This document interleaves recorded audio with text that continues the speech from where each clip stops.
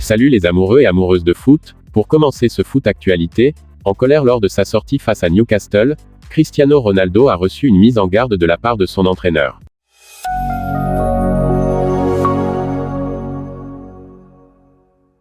Titulaire lors des 3 derniers matchs de Manchester United, Cristiano Ronaldo a retrouvé le chemin des filets face à Everton mais est resté muet face à l'Omonia Nicosie et Newcastle. Si le Portugais a joué l'intégralité de la rencontre en Ligue Europa, il a été contraint de céder sa place à 20 minutes de la fin à Old Trafford ce dimanche face aux Magpies. Cristiano Ronaldo n'a pas pu cacher sa frustration lorsqu'il a été remplacé par Marcus Rashford face à Newcastle. L'attaquant a été aperçu secouant la tête à plusieurs reprises, mimant un non, alors qu'il quittait le terrain à Old Trafford.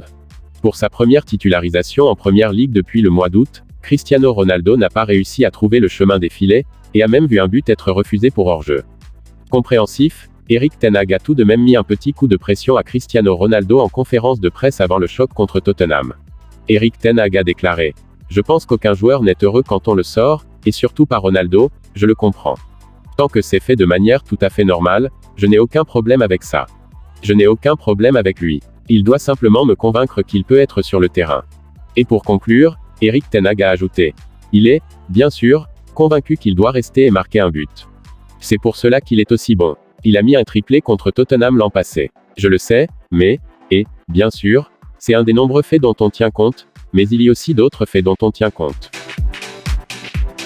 Le technicien néerlandais a officialisé le forfait d'Anthony Martial pour cette rencontre, donnant davantage de chance à Cristiano Ronaldo de jouer ce match. Il ne fait aucun doute que Cristiano Ronaldo endure une première partie de saison difficile à Old Trafford après un été où il a clairement fait savoir qu'il voulait partir.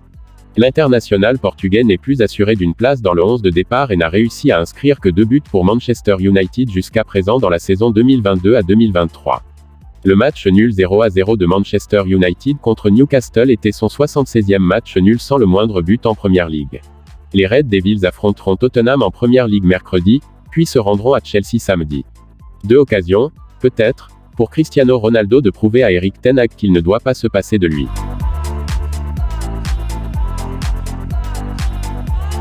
En parlant de Newcastle et de Cristiano Ronaldo, le club a écarté la possibilité de recruter le quintuple Ballon d'Or. Le club de Newcastle est le dernier en date à écarter la possibilité de recruter Cristiano Ronaldo. Le manager Eddie Howe affirmant que la légende de Manchester United ne correspondrait pas à la vision à long terme du club. Cristiano Ronaldo a fait pression pour quitter Manchester United cet été après que les Red Devils aient manqué la Ligue des Champions, mais il est resté au club après n'avoir trouvé aucune équipe prête à le signer.